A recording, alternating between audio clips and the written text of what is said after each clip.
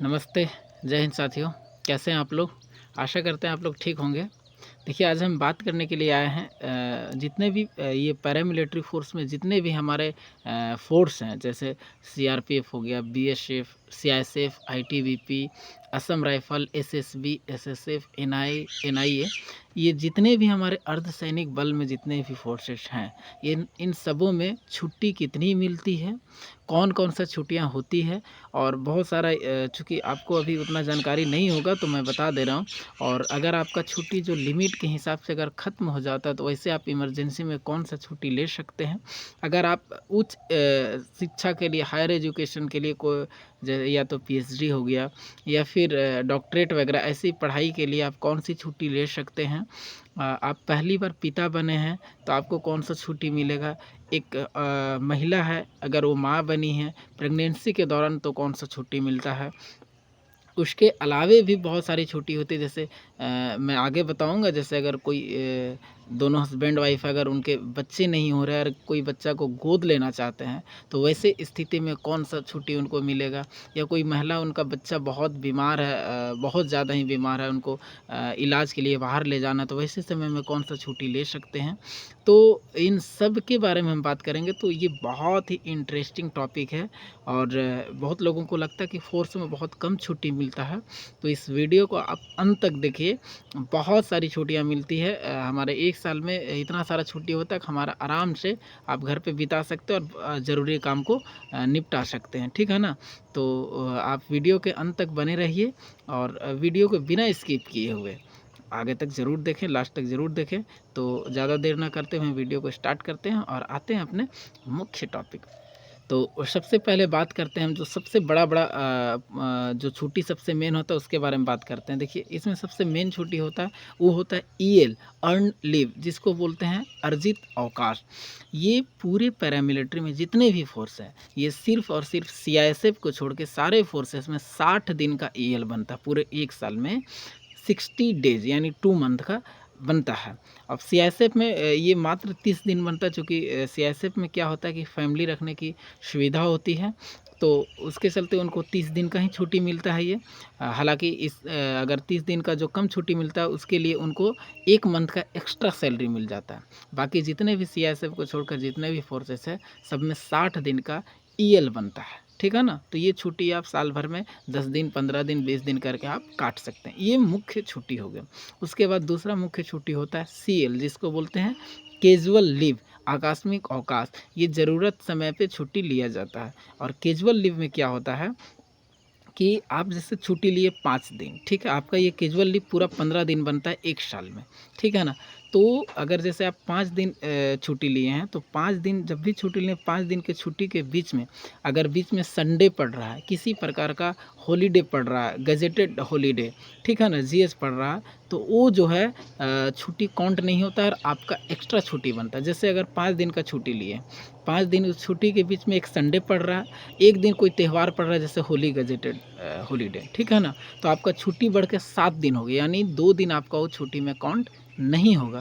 इस प्रकार आपका जो 15 दिन का पूरा सीएल मिलता है, ये छुट्टी बहुत सारे गजेटेड हॉलीडे हो गया, संडे हो गया, आरएच हो गया, इन सब को लेके 15 दिन ये 25 दिन लगभग बन जाता है। मान लिया जैसे आप छुट्टी गए हैं महीना के लास्ट में, उस टाइम आपका 15 दिन का छुट्टी लिए, 3 संडे पड़ गया उस बीच में और 4-5 त्योहार पड़ गया, तो कुल मिला के वही हो गया आपका 25 दिन। ये हॉलीडे मिला के ये सीएल जो है वो 25 दिन के करीब-करीब छुट्टी बन जाता है। इसमें संडे आपका काउंट नहीं होता है, आपको एक्स्ट्रा इसमें छुट्टी मिल जाता है। और ईएल में क्या होता है कि ना ही गजेटेड ऑफिस ये क्या बोलते हैं गजेटेड हॉलीडे काउंट होता है और ना ही संडे काउंट होता है। उसमें क्या होता है कि अगर आप 5 दिन का छुट्टी लिए, अगर संडे मिला है, संडे को कोई रेस्ट नहीं, 5 दिन का 5 दिन ही मिलेगा। ये होता है ईएल। और सीएल का मैं बता दिया, उसमें अगर 5 दिन का छुट्टी लिए हैं, क्या होता है कि आपका अगर संडे बीच में पड़ गया तो आपको छुट्टी बढ़ के 6 दिन हो गया। एक कोई गजेटेड हॉलीडे पड़ गया, बढ़ गया 7 हो गया, ऐसे मिलता है छुट्टी। ये होता है सीएल। इसके बाद तीसरा हम बात करेंगे मेडिकल लीव। ये मेडिकल लीव 1 साल में 20 दिन का ये मेडिकल लीव बनता है। जैसे अगर आप छुट्टी पे गए हैं और किसी प्रकार का आपका बीमारी हो गया, जैसे मलेरिया हो गया, टाइफाइड हो गया, और आपका डॉक्टर जो है इसमें बेड रेस्ट लिख दिया, तो वैसे समय हम आपको 20 दिन का एक्स्ट्रा छुट्टी बनता है मेडिकल लीव। अगर आप ये छुट्टी 1 साल में काट लिए तो ठीक है, अगर नहीं काटे हैं तो ये छुट्टी आपका जो है सो जमा हो जाता है, 10 दिन जमा होता है। 20 दिन का छुट्टी भले होता है, लेकिन ये जमा 10 दिन होता है, जो आपके जॉब में फिर आगे कभी काम देता है। ये होता है मेडिकल लीव। उसके बाद चौथा आपका आ जाता है मैटरनिटी लीव। ये सबसे ज़्यादा समझिए कि जो महिला जो भी लड़कियां हैं, अगर वो पहली बार माँ बनी प्रेगनेंसी के दौरान, तो उनको प्रेगनेंसी से क्या बोलते हैं 45 दिन पहले और उसके अगले 6 महीने बाद, डिलीवरी के 6 महीना बाद तक ये छुट्टी मिलता है। और ये मैटरनिटी लीव 180 डेज़ का मिलता है, ठीक है ना। तो ये हो गया उनके लिए, और इसमें किसी तरह का उनका सैलरी नहीं कटता है। तो जो माँ बनती हैं, ये 2 बच्चा तक लागू होता है और उनको ये 180 डेज छुट्टी मिलता है। एक होता है पैटर्निटी लीव। अगर किन्हीं की वाइफ घर में रह रही हैं और उनके जो है हस्बैंड जॉब कर रहे हैं और वो पहली बार पिता बने हैं, तो ये क्या बोलते हैं डिलीवरी से 15 दिन पहले और डिलीवरी के 6 महीना बाद तक आप कभी भी 15 दिन का छुट्टी ले सकते हैं, और ये छुट्टी आपको 2 बच्चा तक लागू होता है। ये कहलाता है पैटर्निटी लीव। तो आप अगर पिता बनते हैं तो आपको ये 15 दिन का एक्स्ट्रा छुट्टी मिलता है, ठीक है ना। अब बात करते हैं, एक होता है चाइल्ड एडॉप्टेड लीव। ये क्या होता है कि जैसे दोनों पति पत्नी हैं, अगर उनके बच्चे नहीं हो रहे हैं और वैसे सिचुएशन में वो कोई बच्चा को गोद लेना चाहते हैं, तो ऐसे सिचुएशन में उनको छुट्टी मिलता है, जो 60 दिन का छुट्टी मिलता है। ये होता है चाइल्ड एडॉप्टेड लीव। और ये जो है सो ऐसा नहीं कि आपको नॉर्मल छुट्टी मिल जाता है, ये हायर अथॉरिटी से ये सब सारा सेंक्शन होता है, पास होता है, फिर आपको छुट्टी मिलता है। एक होता है चाइल्ड केयर लीव।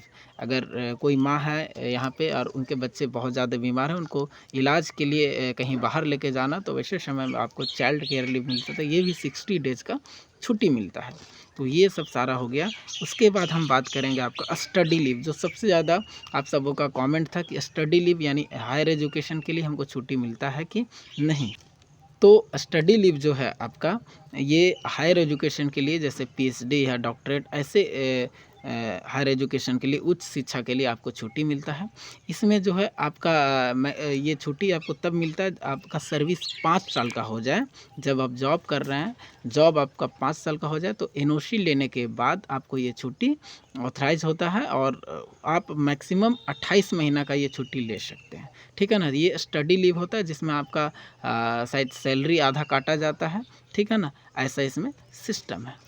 तो आप लोगों जो भी लगता है कि मैं जॉब करने के बाद मैं हायर एजुकेशन के लिए पढ़ाई करना चाहता हूँ, अच्छा जॉब लेना चाहता हूँ, तो आपके लिए सुनहरा अवसर है।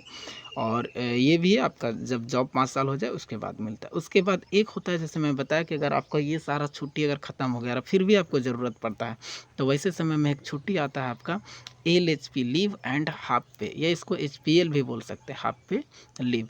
आपको ज़रूरत पड़ गया और आपके जो खाते में है वो छुट्टी ख़त्म हो गया है, तो आपको हायर अथॉरिटी से ये छुट्टी पास होता है, और आपको सैलरी का आधा यानी हाफ पे, समझ गए, पेमेंट का आधा पेमेंट दिया जाता है, आधा काट लिया जाता है, और आप ऐसे में छुट्टी काट सकते हैं और अपने ज़रूरी काम को निपटा सकते हैं।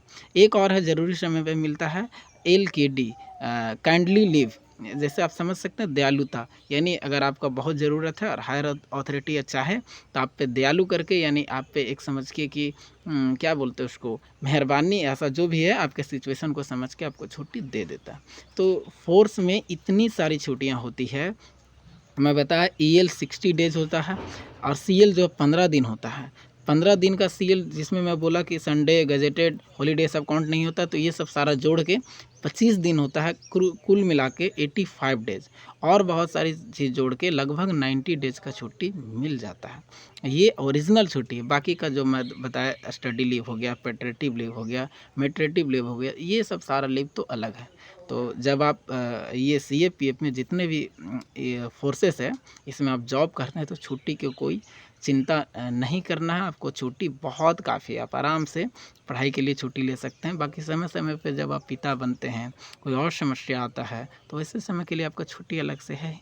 तो आप छुट्टी का चिंता ना करके आप आराम से जॉब कीजिए। बहुत लोगों का ये होता है कि फ़ोर्स में जो है फ़ौज में छुट्टी नहीं मिलता है। तो अब मैं आशा करता हूँ कि आपको ये वीडियो देखने के बाद ये ज़रूर लगेगा कि हाँ, फ़ौज में भी छुट्टी है। तो आप बिंदास होके जॉब कीजिए और छुट्टी का टेंशन नहीं है, आराम से आप घर परिवार के साथ बिता सकते हैं। ठीक है ना? तो मिलते हैं अगले अपडेट के साथ। जय हिंद।